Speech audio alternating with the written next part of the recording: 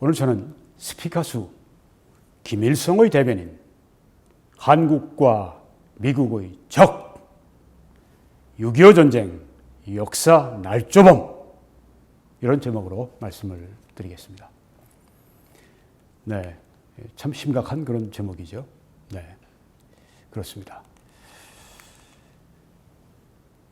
이 스피커수라고 하는 요새 음모론으로 한국과 또 뭐 세계 각처에 아주 인기가 탁 뜬 그런 그 여성 유튜버입니다. 여성 유튜버가 잘하면 얼마나 좋겠습니까? 네. 함께 박수 쳐주고 또 함께 시청하고 또 권하고 그렇게 하겠죠. 그렇지만 그럴 수 없는 것이 대단히 여기 말 단어처럼 비극입니다. 얼마 전에 그 6.25 70주년을 맞이해서 계획된 비극이라고 하는 이 동영상을 올렸는데 말로 다 할 수 없는 그 역사 왜곡이 있었습니다. 그리고 그것이 아주 우리 많은 사람들에게 참 해로운, 신기루가 생사람 잡죠. 죽이죠. 신기루 같은 그런 그 음모론을 가지고 진짜 근거가 없는 아주 모든 걸 악하게 그렇게 풀어가는 그 음모론을 가지고 이렇게 인기를 누리는 걸 볼 때 대단히 참 마음이 안타깝습니다.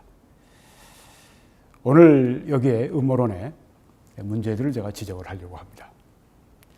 사실 이 동영상은 이 흐르는 강물처럼 이 인터넷에 있는 웹사이트에 있는 특별히 한국전쟁과 카톨릭 제수이트 이 글을 거의 대부분 다 뭐 대부분이 그냥 아주 토시 하나 바꾸지 않고 그냥 그대로 인용을 했습니다.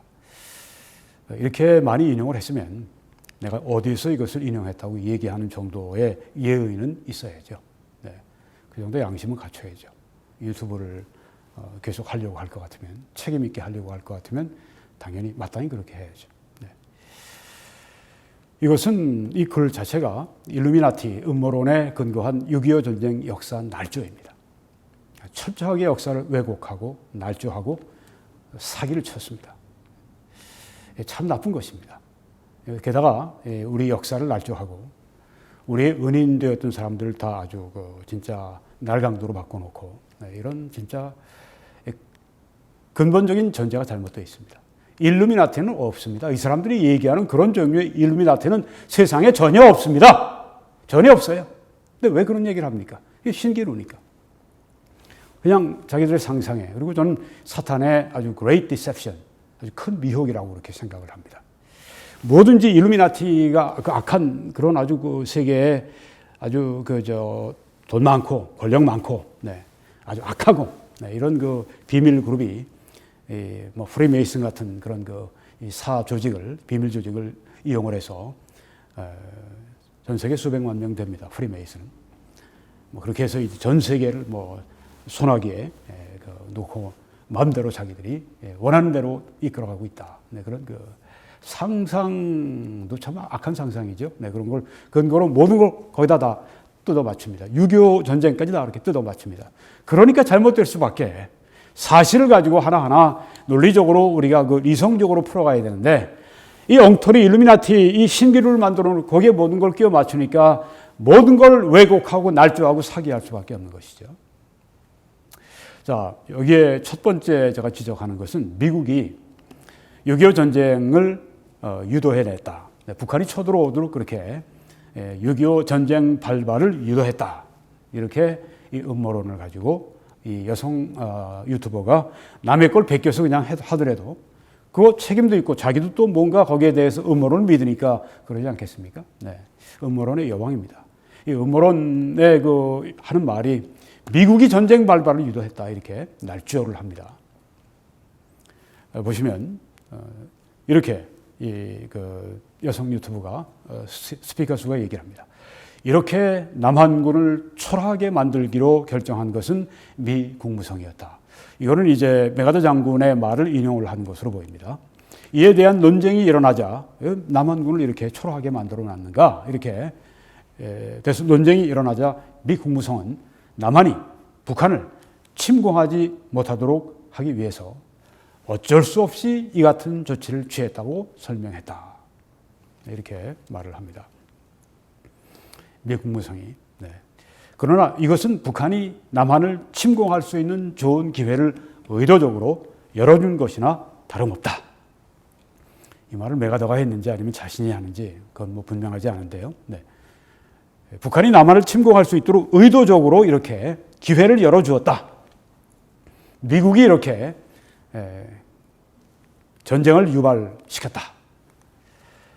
회고록에서 메가더는 직접적인 표현은 자제했지만 미국의 결정에 대해 분명한 의구심을 표시하고 있었던 것이죠. 이렇게 얘기했습니다. 메가더 장군이 볼 때 왜 이렇게 그 남한군을 이렇게 초라하게 만들어 놨는가? 이거는 이 북한의 남침을 유도하기 위한 그런 거로밖에 이해가 안 된다. 뭐 이런 의구심을 메가더가 표현했다고 하는 그런 얘기예요. 미국 여기 그 장군이 미국이 이렇게 6.25 전쟁을 유발시킨 책임이 있다. 이런 그 이야기를 분명한 의구심을 말은 안 했지만 표현했다. 이렇게 이야기를 하고 있습니다. 정말 그랬을까요? 메가더 장군이? 그렇다고 생각하지는 않습니다. 음모론자들이 자기 음모론 이런 그 이론을 꾸며내기 위해서는 거짓말을 많이 시킵니다. 메가더에게도 거짓말을 시키고, 뭐 여러 단체에게도 거짓말을 시키고, 미 국무성도 거짓말을 시키고, 거짓말에 거짓말짝에 끼려서 나오는 게 거짓말 소설인 음모론입니다. 자, 이제 하나하나 밝혀드리겠습니다. 또 이렇게 얘기합니다. 메가더는 한국의 군사력이 최소한 북한의 남침을 방어할 정도가 되어야 한다고 수차례 건의했으나 번번이 펜타곤으로부터 거절당했다고 합니다. 펜타곤은 미 국방성입니다. 네, 이렇게 메가더가 남한의 군사력을 좀 보강해서 북한의 남침을 최소한 방어할 수 있도록 그렇게 합시다. 그렇게 미 국방성에 계속 건의했지만 거절했다고 하는 겁니다. 펜타곤도 거절했고 아까 그 미 국무성도 또 그 남한이 북침할지 모르니까 남한군을 그렇게 초라하게 만들어놨다고 얘기하고 미 국방성이나 미 국무성이나 다 이렇게 뭐 짜서 한 듯이 그렇게 해서 아주 남한군을 형편없게 만들어놔서 북한군이 침공해 올 수 있도록 그렇게 유도했다. 이런 생거짓말을 좀 하고 있는 겁니다. 누가요? 여기 지금 여성 유튜버 스피커 수가 그 얘기를 하는 것이고 또 그 쓴 사람이 그 얘기를 하는 것이고 그 쓴 사람 전에 이미 그런 그 음모론이 세계에 많이 또 돌아다니고 있었어요. 그런 것들을 이제 여기다 갖다가 이제 주워다 놓은 것이죠.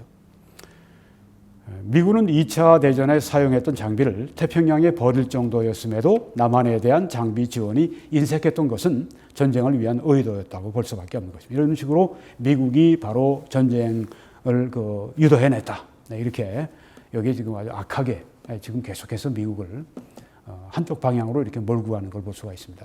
네. 남한에 대한 장비를 그렇게 왜 지원 안 하느냐? 아니 너무 전쟁 물자가 남아서 태평양에 갖다 빠뜨리는데 왜 남한군에게 주지 않냐? 이런 그렇게 하는 것은 전쟁을 유발시킨 것이다. 유도한 것이다. 미국이 전쟁을 일부러 일으키려고 그렇게 했던 것이다. 이렇게 국방성도 그렇고 국무성도 그렇고 다 그렇게 했다. 이걸 누가 얘기했냐? 메가더 장군이 그렇게 그걸 얘기했다. 그렇다고 이런 식으로 지금 거짓말을 하고 있는 것입니다. 아주 사기꾼들이에요. 역사 사기꾼들. 또 두 번째, 세 번째까지 있는데 제가 두 번째 말씀드립니다. 두 번째, 미 국무장관 애치슨의 극동 방어 라인 선언입니다. 그 당시 그 애치슨이 미 국무장관이었습니다. 이 무렵인 1950년 1월 12일 언론단체인 내셔널 프레스 클럽 워싱턴에 있습니다. 거기에서 동북아시아에서 미국이 직접 담당해야 할 극동 방어선이 선포됩니다. 운명의 날이죠. 1950년 1월 12일. 애치슨 라인이 거기에서 발표가 되었습니다. 이것은 극동 방어선입니다. 이것은 한반도를 제외한 알류시안 열도와 일본을 거쳐 필리핀으로 연결되는 방어선이었습니다. 여러분 여기 이 사진 그림을 보시게 되면은 저기 지금 이렇게 검정색 그 선이 그어져 있습니다. 일본 오른쪽으로, 한국은 왼쪽으로 쭉 내려가면서 대만은 왼쪽 이 선의 왼쪽 편으로, 그리고 밑에 필리핀은 이 선의 오른편으로. 이 태평양 쪽에 있는 이 일본과 필리핀은 미국의 방어선, 극동 방어선 안에 들어갑니다. 그런데 여기에서 한국과 대만이 제외가 됩니다. 이 그림을 보여주고 있습니다. 또 좀 더 크게 보면은, 네. 이렇게 지금, 저 위쪽으로는 알루시안 열도가 있고요. 네. 이게 바로 미국의 방어선입니다. 미국이 일본과 그리고 필리핀은 방어를 하겠다. 그런 것을 이제 보여주는 것이죠. 그래서 지도에서 볼 수 있듯이 이 에지슨 라인 발표는 미국은 한국에 대한 방어 의지가 없다는 분명한 표시인 것입니다.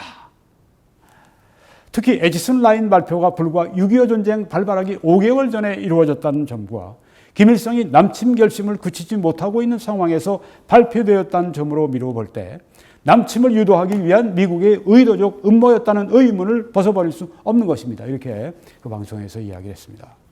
이건 뭐 6.25 전쟁에 대해서 많은 사람들이 제대로 잘 모르죠. 네, 역사에 그 아주 여러 가지 그 얽혀있는 이야기들, 미국의 정책이나 뭐 이런 거 잘 모르지 않습니까? 네. 저도 이번에 연구하다가 모르던 것도 발견했는데요. 배웠는데요. 자, 이런 상황 가운데 이런 얘기를 막 집어던집니다. 그럼 사람들이 어떻게 보겠습니까? 네. 아, 정말 미국이 그랬네. 미국이 정말 아주 전쟁을 일으키려고 그랬네. 이게 지금 역사 사기를 치려고 지금 이렇게 하는 것이거든요. 날조하고 있는 것입니다. 여러분이 보시는 이 사진은 그 중앙에 있는 분은 이제 윌리엄 스툭이라고 하는 그 평생에 6.25 전쟁을 연구하고 가르쳤던 교수입니다. 윌리엄 스툭의 국제전 접근법과 한국전쟁 연구라는 이 제목으로 옥창준 씨가 서울대에서 연구 논문을 발표했습니다. 제가 그걸 이제 자료를 검토를 해봤는데요. 거기에 이제 스툭 박사의 견해를 적어놔서 제가 오늘 여러분들에게 소개해드리겠습니다. 지금 말한 주장을 완전히 뒤집어 엎는 그런 이야기입니다. 네, 왼쪽에 그 책은 Rethinking the Korean War, 이 스툭 박사가 지은 책입니다. 쓴 책입니다. 한국 전쟁을 다시 생각해 본다. 그런 제목이고요. 윌리엄 휘트니 스툭 주니어, 1945년생이고 지금도 살아 있습니다. 그는 조지아 대학교 역사학과 석좌 교수입니다. 그리고 케임브리지 냉전사 시리즈의 한국 전쟁 항목을 집필을 했습니다. 케임브리지 냉전사 시리즈 아주 뭐 세계 최고의 그런 권위 있는 그런 이 출판사인데요. 네. 그 시리즈의 한국 전쟁 항목을 이분이 담당했으니까 이건 뭐 세계적인 권위자라고 하는 것을 명확하게 지금 보여주고 있는 것이죠. 네. 이 스툭 박사의 이야기를 이제부터 여러분들에게 말씀드립니다. 16페이지에 있는 건 제가 페이지 수는 그냥 적어놓고 그냥 더 이상 말씀 안 드리겠습니다. 남한에서 진행된 일련의 정치적 상황들이 김일성의 전쟁 개시 판단을 돕고, 김일성으로 하면 전쟁하고 남침하고 싶어하게 만들었고, 미국이 적극적인 지원을 두려워하게 된 유의미한 배경이 되었다. 미국이 아까 보니까 미 국무성이 잘 돕지는 않으려고 그래요. 남한군을. 무장을 안 시키려고 그래요. 네.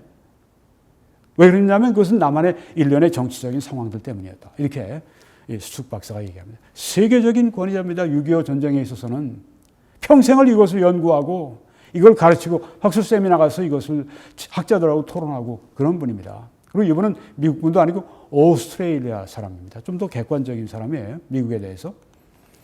당대 미국 정책 결정자들은 이승만 정권을 부패하고 무능했던 장개석 정권과 연결시켜 사고했으며 이에 따라 전격적인 대남 지원을 머뭇거릴 수밖에 없었다. 네. 미 국무성이 그렇게 한국의 남한군, 우리 한국군을 국군을 그렇게 무장시키길 꺼려했던 그 배경이 이런 게 있었다고 지금 여기 권위자가 얘기를 하고 있지 않습니까? 일부러 그렇게 전쟁을 유도하려고 했던 것이 아니라 자꾸만 이제 북진 통일, 뭐 이렇게 이승만 대통령이나 이제 이승만 정권에서 자꾸만 그렇게 얘기를 하니까 통일 의지가 굉장히 높지 않았습니까, 그때? 그러니까 그렇게 하다가 또 전쟁 나면 또 중공과 또 미국이 붙어야 되고 소련과 붙어야 되고 그러면 제3차 세계대전이 일어난다. 그러니까 남한군이 쳐들어가지 못하도록 그렇게 대남 지원을 머뭇거릴 수밖에 없었다. 그런 얘기입니다. 이승만의 공세적 대북 정책과 이와 같은 정책에 대한 반응으로서 등장한 미국의 소극적인 대한 정책이 의도된 유도는 아니지만 이렇게 나오지 않습니까? 네, 이렇게 미국이 소극적으로 이 남한군을 무장시키지 않고 최소한 무장시키고 그냥 뭐 전투 경찰 정도 수준으로 무장시키고 북한군과 맞서 싸울 만큼 그렇게 아주 튼튼하게 무장시키지 않는, 네, 이 남침을 유발시킬 수 없을 정도로 튼튼하게 만들지 않는 그 소극적인 미국의 대한 정책은 의도된 유도는 아니라고 얘기하지 않습니까? 의도적으로 전쟁을 이 북쪽에서 쳐내려오도록 하기 위해서 의도적으로 그렇게 된 게 아니다. 누가 얘기했습니까? 세계 아주 석학이 6.25 전쟁에 있어서는 아주 그냥 첫 손가락 꼽는 분이, 그리고 게다가 또 미국 사람도 아니고 오스트레일리아 사람이 이렇게 이야기를 합니다. 물론 지금 미국에서 가르치고 있습니다. 적어도 공산 측의 전쟁 결단에는 일정한 영향을 주었을 것이다. 네, 미국이 이렇게 소극적으로 하고 있는 것이 공산주의자들에게 침공하는 그런 영향을 주었을 것이다. 이건 그렇지만 의도된 것은 전혀 아니다. 근데 이 음모론 뭐라고 얘기합니까? 의도된 것이었다. 전쟁을 미국이 일으키고 나중에 얘기 나오죠. 무기 팔아먹기 위해서, 그 다음에 그 무기 팔아먹은 돈은 다 어디로 들어갔냐면 바로 이 일루미나티, 미국의 CFR, 일루미나티 그 사람들 주머니로 다 들어가게 하기 위해서 그 뱅커들 그 손으로 다, 정치인들 손으로 다 그냥 그 주머니 들어가게 그렇게 하는 것이다. 여러분, CFR은 일루미나티도 아닙니다. 미국의 저명한 교수를 많이 연구한 다음에 CFR이 왜 이것이 음모론자들이 얘기하는 거와 왜 다른가? 너무너무 다르다. 그들이 얘기하는 거와. 이것은 하나의 정책기관에 불과할 뿐이다. 그렇게 확실하게 발표를 하지 않았습니까? 없는 걸 만들어 놓고 지네들 멋대로 막 그냥 역사 사기를 하는 것입니다. 계속 인용합니다. 메가더로 대표되는 군부는, 미국의 군부는 오히려 한국의 군사적 가치에 그다지 주목하지 않았다고 지적했다. 그때 한국을 별로 그렇게 군사적으로 중요한 요충지로 보지 않았다는 겁니다. 미국 군부가. 오히려 미국은 1949년 6월 군사고문단을 남긴 채 500명밖에 안 됩니다. 군사고문단만 남겨놓은 채 한국으로부터 철수하는 등 미군 철수입니다. 왜? 한반도의 전략적 가치를 그리 높게 보지 않았다고 하는 것입니다. 여기 지금 권위자가 얘기하는 것이 미국이 그때 판단 미스다. 한반도의 전략적 가치를 그리 높게 보지 않았다. 그래서 미군 철수했다. 그런 얘기예요. 의도적으로 그렇게 했다고 하는 게 아니라고 하는 것입니다. 계속 인용합니다. 그러나 국무부, 국방부는 한국의 전략적 가치를 두고 대립하면서 서로 대립했죠. 네. 국무부는 철군하지 말라. 국방부는 철군한다. 네. 그렇게 해서 부지불식간에 공산 측에게 세력을 확장해도 된다는 잘못된 신호를 주었다. 네. 저렇게 그냥 한국 가지고 공산 측이 남침할 기회다 이렇게 기회를 주었다고 하는 것입니다. 이거 의도된 유도가 아니라 그 안에서 서로 정책이 갈리고 하니까 자연스럽게 그렇게 됐다고 하는 거지 의도된 게 아니라고 하는 것입니다. 유도한 것이 아니라고 하는 것입니다. 이 음모론자들이 주장하는 게 바로 악한 그 음모론이 바로 그걸 말하는 것입니다. 자, 계속 인용합니다. 트루먼 행정부는 한국 방어가 가장 쉬웠던 1949년 철군을 했다가, 그때가 가장 한국 방어하기에 좋았는데 그냥 철군을 해버렸다가 한국 방어가 가장 어려웠던 1950년 한국 전쟁에 한국을 지킨다는 크나큰 실책을 범했다. 아주 가장 잘 지킬 수 있는 때 철군하고 가장 어려운 한국 전쟁에 들어와서 한국을 또 지켜내고, 이게 바로 크나큰 실책이었다. 실수였다. 오판이었다. 이렇게 얘기하는 것입니다. 이게 어떤 의도된 전쟁을 일으키려고 하는 그런 것이 전혀 아니라고 하는 그런 얘기입니다. 누가 하는 얘기입니까? 평생을 여기에 대해서 6.25 전쟁을 연구하고 발표했던, 가르쳤던 그 교수가 하는 얘기입니다. 계속 인용합니다. 한국의 가치에 대한 군부의 협소한 인식이었다. 네, 이건 미국 국방성을 지금 여기에 힐난하고 있습니다. 군부의 협소한 인식이 그렇게 된 것이다.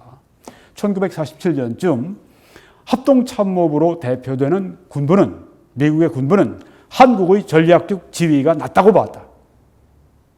그 당시 미국 전체에서 16개 나라 가운데 한국이 중요한 것은 13번째, 거의 꼬라비, 13번째로 중요하다 이렇게 봤다고 하는 것이죠. 이는 냉전 세계 전략을 고민하던 미국의 전략적 우선순위가 한국이 아니라 그리스, 이탈리아, 이란, 서유럽 등에 있었기 때문에 나온 판단이다. 네, 그것이 바로 미국의 전략 미스였다고 하는 거죠. 군부는 군사적 효용의 관점에서 동아시아에 대한 방위는 이미 오키나와와 일본에 배치된 공군만으로도 충분히 가능하다고 믿었다. 전쟁이 한반도에서 발발한다 할지라도 오키나와에서 일본에서 발전한 그런 공군기들에 가면 당장에 제압해버린다. 이렇게 또 봤다고 하는 것입니다. 안일하게 봤던 것입니다. 국무부는 계속 인용합니다. 국무부는 한국 정부의 자력 생존이 보장되지 않은 상태에서 국무부가 한 말입니다. 한국 정부가 자력으로 생존할 수 있는 것이 보장이 되지 않은 상태에서 그들이 지금 무장이 되지 않은 상태에서 미군이 철군하면은 한반도를 공산 측에게 넘기는 것과 다름없다. 이렇게 주장을 했다고 하는 것입니다. 그러니까 국무부가 아주 미군 철군을 국방부에 대해서 전적으로 반대하는 이 말을 했던 겁니다. 그렇게 되면 한반도를 공산주의자들에게 넘겨주는 것과 다름없다. 국무부하고 국방부하고 막 그냥 들이다 싸웠던 것입니다. 네. 여기 국무장관이 누굽니까? 애치슨입니다. 그럼 애치슨은 철군을 반대했다고 하는 것입니다. 즉 한국전이 일어나지 않도록 그렇게 막았다고 하는 것입니다. 그런데 애치슨 라인 발표한 그것 때문에 그리고 또 애치슨이 무슨 프리메이슨 33도며 무슨 제수이트며 그래가면서 이제 음모론자들이 바로 애치슨이 이자가 바로 전쟁을 유발시킨 자라고 얘기했는데 여기 보십시오. 학자가 하는 얘기가 뭐냐면 국무부 장관입니다. 국무부가 이렇게 철군하지 말라. 그렇게 되면 한반도를 공산 측에게 넘기는 것과 다름없다. 이렇게 국방부에게 막아섰다고 하는 거 여기 보이지 않습니까? 그러면 애치슨 역시 그렇게 막아섰죠. 근데 왜 애치슨이 그 발표를 했습니까? 결국은 국방부 뜻대로 돼서 1949년 6월에 미국이 철군을 해버리고 500명만 달랑 군사고문단 남겨놓고 다 떠나고 나고 미국이 완전히 결정을 내린 다음에 그 다음에 국무장관 시켜서 그렇게 발표한 거죠. 왜 국무장관이 마음대로 그렇게 한 것입니까? 이렇게 음모론이라고 하는 게 논리적이지도 않고 학문적으로 뒷받침도 안 되고 얘기하면 증거를 사실을 대봐. 역사적인 증거가 뭐야? 얘기하면 그런 게 어디 있어? 그거 어떻게 얘기해? 정황이 그렇다는 거야. 정황은 순 억측입니다. 사람 잡는 정황. 네. 지네들 멋대로 꾸며내자고 말하는 것이 항상 말하는 게 정황이 자기들 보기에 자기들이 꾸며대기에 역사 날조하고 역사 사기치기에 자기들이 그렇게 보인다고 하는 겁니다. 도둑놈 눈엔 뭐밖에 안 보여요. 여러분 계속 인용합니다. 국방부와 달리 국무부가 한국 문제를 중시했던 것은 한반도의 상징적 가치 때문이었다. 그 당시 국무부 사람들은 한국이 중요하다. 왜? 한반도에 상징적 가치가 있기 때문이야. 이 국방부. 이 돌대가리 국방부. 이렇게 얘기했을 겁니다. 아마 국무부에서. 국무부는 철군 안에 몇 차례 제동을 걸면서 철군하면 안 돼. 철군하면 안 돼. 철군하면 안 돼. 이렇게 국방성에 얘기를 했습니다. 1949년 6월까지 미군의 철군을 미루는 데 성공한다. 그래도 미국 국무부가 애치슨이나 이런 분들이 철군하지 말라. 한국이 상징성으로 가치가 있어 하면서 막았기 때문에 그나마 1949년 6월까지 미군이 있었다고 하는 거예요. 주한미군의 철수 이후에 남았던 500명에 달하는 군사고문단은 국무부의 입김이 반영된 것이었다. 이게 수 박사가 하는 얘기입니다. 평생의 6.25 전쟁을 연구했던 대학자가 한 얘기예요. 6.25 전쟁의 대학자가.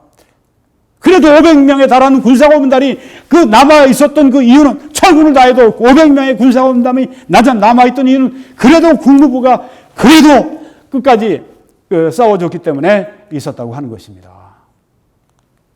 네, 그다음에 미국의 대한 정책이 이처럼 소극적이었던 근본적인 원인으로는 미 의회의 긴축 정책이 자리했다. 여러분 뒤에 보시는 게 미 의회 건물이죠. 네, 미 의회의 긴축 정책이 자리했다. 계속 인용하겠습니다. 트루먼 자신은 미국의 세계 전략을 중시했으나 트루먼 대통령은 미국의 세계 전략을 중시했다. 이 말은 이제 한반도를 중시했다고 하는 그런 얘기가 또 역시 될 것 같습니다. 네. 정작 국방부 장관이었던 루이스 존슨은 국방부의 방만한 예산을 축소 재편하는 데 더 관심이 많았다. 네. 국방부가 한국에 대해서 관심이 아주 형편없었다고 하는 것을 여기에 보여주고 있습니다.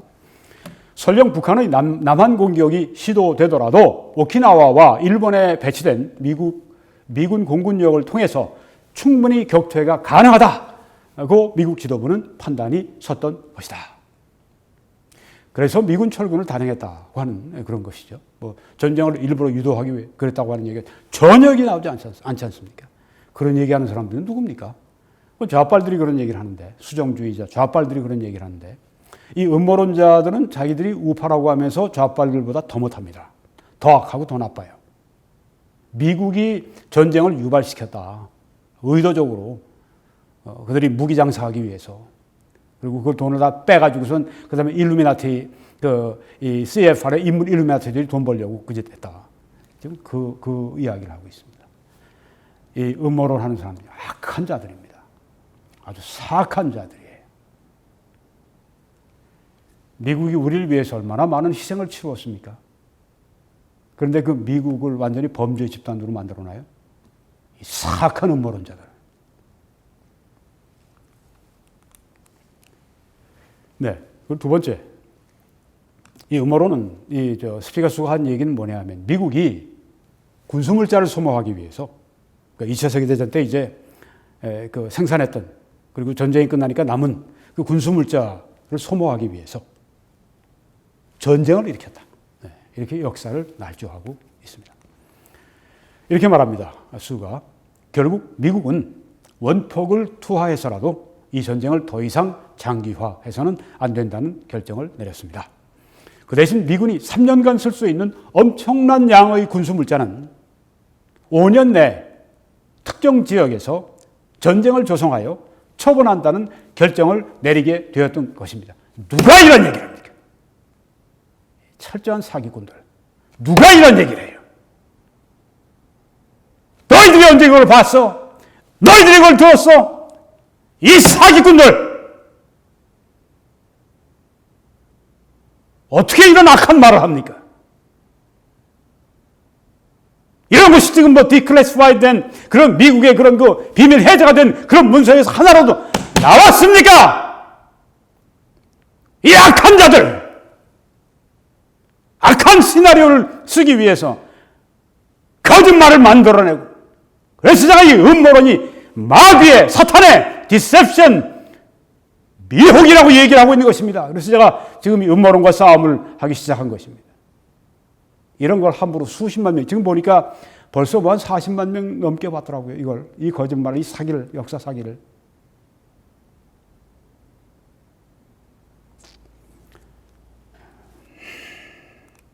그리고 또 얘기합니다. 미국의 CFR은 지네들 마음대로 일루미나티라고 마음대로 만들어 놓은 신기로 만들어 놓고 악한 소설 쓰고 하는 미국의 CFR은 극비리의 군수산업체와 약속을 이행하기 위해서 군수산업체, Military Industry Complex라고 하죠.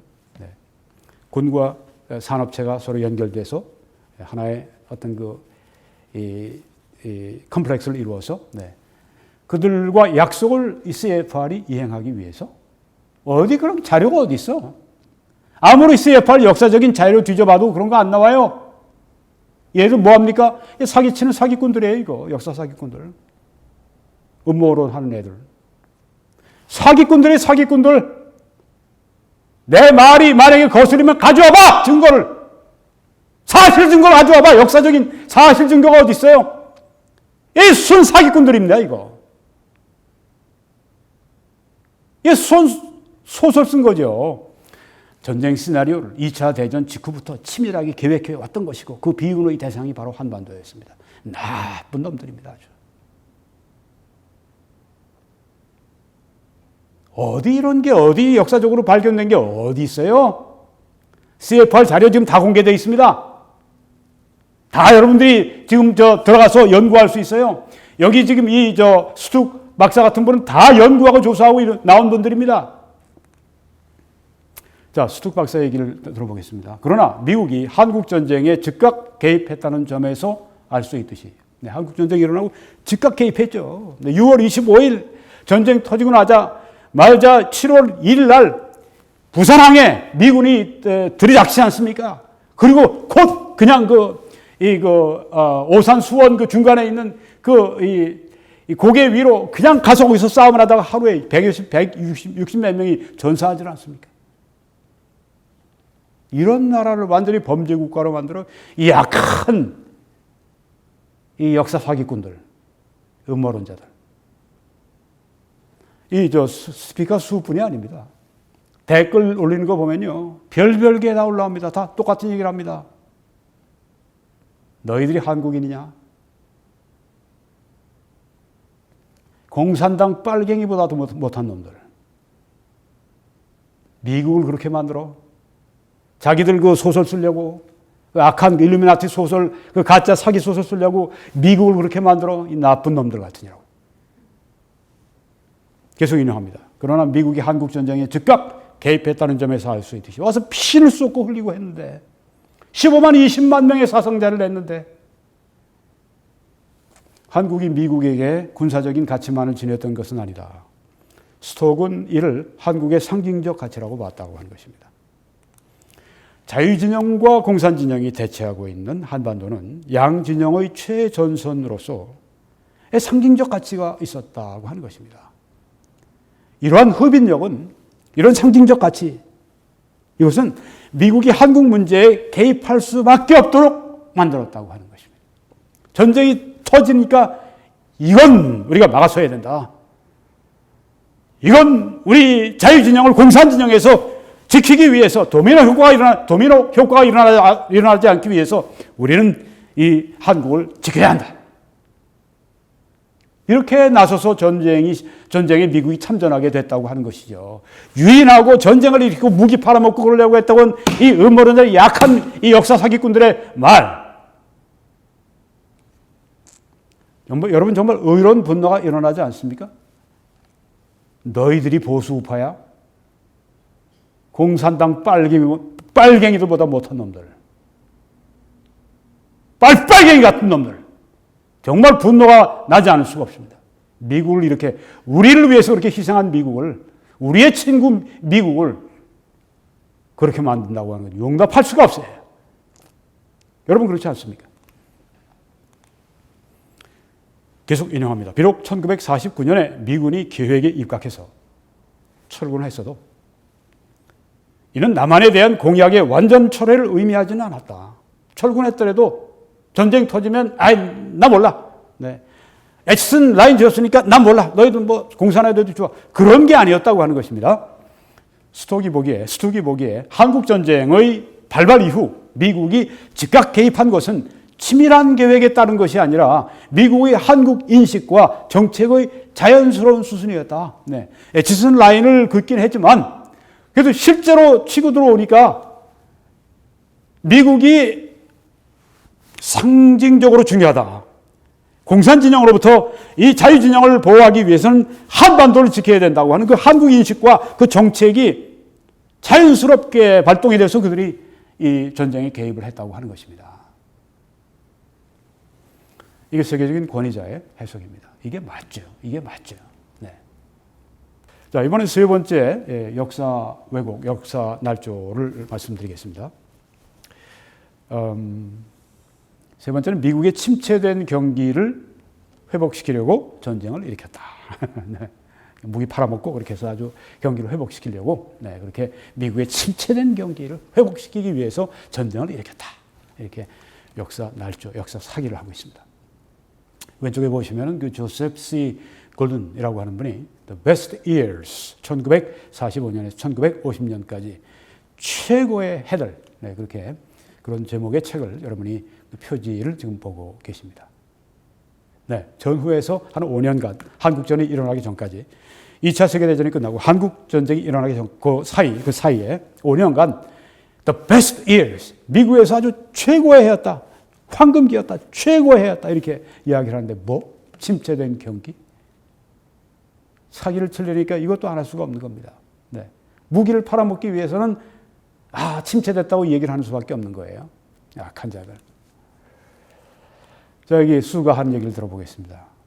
제가 뭐 이렇게 수를 얘기해도 수를 뭐 개인적으로 미워하거나 그러지는 않습니다. 네. 오히려 불쌍하고 측은하고 괘씸하고 악하다 생각이 되죠. 인용하겠습니다. 수의 이야기입니다. 일본 도카이 대학의 사세이키 교수에 의하면 한국전은 2차 대전 때 소모되지 않고 남아있는 엄청난 양의 군수물자를 소모하여 침체된 경기를 회복하려는 재벌과 군산복합체의 압력에 의해서 치밀하게 계획된 대리전이라고 분석하고 있습니다. 이 뭐 사세이키 교수인지 뭐 사세키 교수인지 하여튼 일본 뭐 교수인지 이 사람은 음모론자예요. 네. 교수라고 갔다가 갖다가 붙여놨더라도 음모론자입니다. 지금 이게 어디 함부로 이런 얘기를 합니까? 네. 이런 얘기를 써대면서 이게 그 미국이 무기 팔아먹기 위해서 그렇게 했다고 지금 수가 얘기를 하니까 제가 김일성의 대변인이라고 얘기를 하는 것입니다. 6.25 전쟁 역사 날조범이라고 제가 얘기를 하는 겁니다. 한국과 미국의 대적 1호라고 제가 이야기를 하는 겁니다. 어디 감히 이런 얘기를 해. 미국에 살면서 왜 이런 얘기를 해. 스피커수 정신 차려. 정신 차려. 미국의 대적입니다. 한국의 대적입니다. 왜 이 짓을 해요? 할 게 없어 그렇게? 당신 인생에 이렇게 할 게 없어? 참 처참하게 구겨진 쓰레기 같은 인생입니다. 여러분, 미국은 전후 역사상 최고의 호황을 누렸습니다. 저기 집들이 쫙 지어지는 거 보십시오. 늘어진 거 보십시오. 그때 다 시작이 된 겁니다. 로버트 힉스라고 하는 경제학자가 The Journal of Economic History에 쓴 그 글이 From Central Planning to the Market이라고 하는 글이 있습니다. 센트럴 플래닝에서 중앙에서 이렇게 계획을 세워 그리고 이제 시장에까지. 네. 뭐 그런 그 제목의 경제 논문인데요. 제가 그것을 이제 자료를 연구해 봤습니다. 거기 이런 자료가 나옵니다. 여러분 지금 이렇게 보시면 여기에 그 맨 왼쪽에 보시면 뭐 1930년대부터 이렇게 시작이 되네요. 이 그래프가. 네. 그렇게 해서 쭉 내려갔다가 1938년쯤 쫙 내려갔다가 그 다음에 좀 올라가더니 쭉 제일 올라갔을 때 이 굵은 검은 선을 여러분이 보십니다. 네, 그 GDP 이 숫자를 거기에 보여주고 있는 건데요. 네. 1942년에서 43년 그때 피크를 이뤘습니다. 미국의 GDP가 역사상 최고의 피크를 이뤘는데 GDP는 미국 전체가 국민 전체가 생산해내는 그 총량이죠. 네. 미국의 하여튼 생산량이 총량이 최고로 많았을 때가 바로 1942, 43년 그때 그 사이 그때 이제 최고조에 이르렀다가 그 다음에 막 쫙 떨어집니다. 그 뭐 1943년, 네. 그리고 44년, 그리고 45년 전쟁이 끝날 때까지 막 내려오더니 그 다음에 전쟁이 끝나고 한 5, 6개월 동안 더 급전직하로 내려가더니 바닥을 꽝 쳤습니다. 1946년 시작할 때입니다. 1945년 8월에 미국이 이제 승전하지 않았습니까? 근데 이제 한 4개월 정도 더 총량이 떨어진 거예요. 여기 힉스 박사는 아니 어떻게 1,600만 명이나 이렇게 해외로 남자들이 이제 군으로 이제 나갔으니까 싸움터로 나갔으니까 나머지 여성들이 아이들이 또 노약자들이 이런 분들이 이제 대신 남아가지고선 군수물자 그거를 이제 만들어냅니다. 네, 뭐 비행기도 만들어내고 뭐 탱크도 만들어내고 뭐 그 남은 사람들이 하는 거예요. 남자들은 이제 전선으로 이제 대부분 나가 있고, 네, 싸울 수 있는 남자들은 다 나가 있고 1,600만 명이 이렇게 이동을 한 겁니다. 근데 어떻게 이렇게 GDP가 제일 높을 수가 있냐. 그런 얘기를 하면서 우리가 평소에 이렇게 생각하던 거와 다른 걸 보여준다. 그리고 그 사람들이 다 돌아왔다. 그래서 900만 명이 돌아와서 일자리를 막 찾고 이제 일을 시작하는데 어떻게 바닥까지 이렇게 땅으로 떨어지느냐.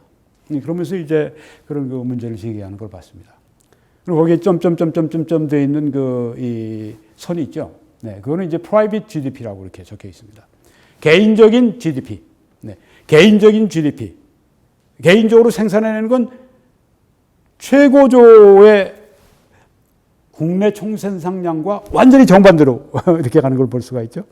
국내 총생산량이 제일 높을 때는 개인 총생산량이 제일 떨어졌다가 그 다음에 국내 총생산량이 제일 떨어지니까 이 개인 총생산량이 제일 높아졌어요.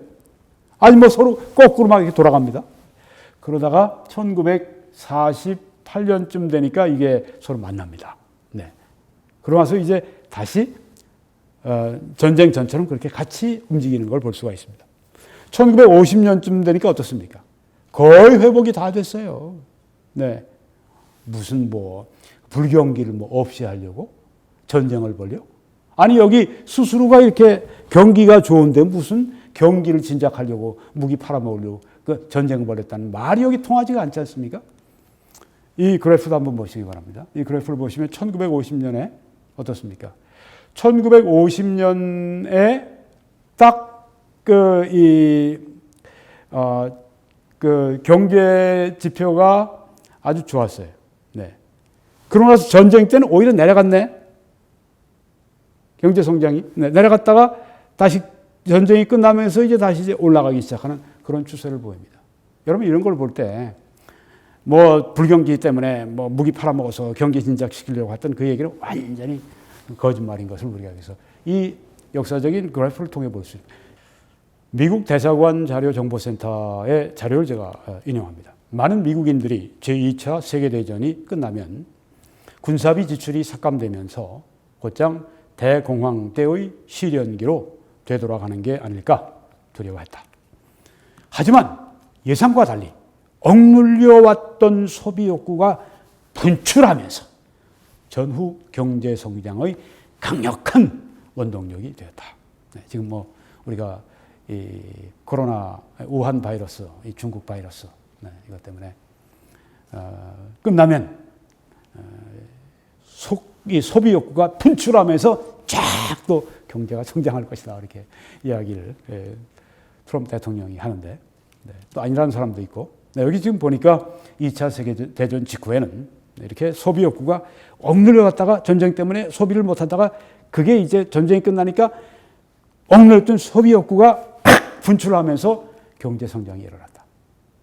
이렇게 말을 하는 것입니다. 여러분 보십시오. 뭐 아주 멋진 차들 이렇게 타고 다니고 네, 이게 2차 세계대전 마치고 나서 미국의 생활상을 잘 보여주는 그런 사진입니다.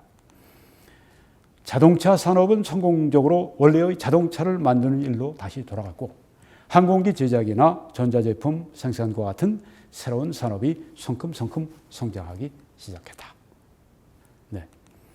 게다가 군에서 제대한 군인들이 주택을 구입할 수 있도록 주택 자금을 쉽게 대출해 주자 주택 건설 붐이 일어났다. 그래서 막 지금 여기 뭐 저렇게 집들을 막 짓느라고 야단입니다. 자동차가 막 쏟아져 나오죠. 자동차를 막 타고 다니죠. 그러니까 도시에 살던 사람들이 점점 교외로 이렇게 가면서 막 그 주택 붐이 일어나게 됐다고 하는 것입니다. 주택 건설 붐이 일어나는 게 이게 바로 호황으로 가는 것이죠. 그때가 그랬습니다. 국가의 총 생산량이 1940년의 2천억 달러에서 1950년이 되자 3천억 달러로 그리고 1960년에는 5천억 달러 이상으로 증가했다. 어마어마한 속도로 전후에 이렇게 호경기를 맞는 걸 볼 수가 있습니다. 이게 언제까지 됐냐면 1973년 오일 쇼크 일어나기 전까지 됩니다. 네, 계속 인용합니다. 그와 함께 베이비 붐이라고 하는 전후 출산율이 크게 증가하면서 소비자들의 숫자도 늘어났다. 전쟁이 끝나고 베이비 붐 시대가 왔습니다. 베이비 부모들이 아이들이 많이 나왔어요. 그러니까 소비자들이 늘어난 겁니다. 그러니 아무래도 이 경제가 활황이 될 수밖에. 그리고 더 많은 미국인이 중산층 대열에 합류했다. 여기 집을 보십시오. 네, 저기 앞에 멋진 차를 보십시오. 이게 그 당시에 미국인입니다. 미국입니다. 얼마나 이 사람들이 그때 잘 살았는지. 더욱이 마셜 플랜에 따라서 전쟁으로 폐허가 된 유럽 국가에 경제적인 지원을 하기 시작하자 수많은 미국 물자의 시장을 유지하는 데도 도움이 되었다. 미국뿐 아니라 뭐 유럽이나 이런 데 먹여 살리기 위해서 그들에게 뭐 이런 그 필요한 생필품들을 보내기 위해서 미국이 그때 아주 세계 공장이 된 겁니다. 그러니까 뭐 활황이 된 거죠.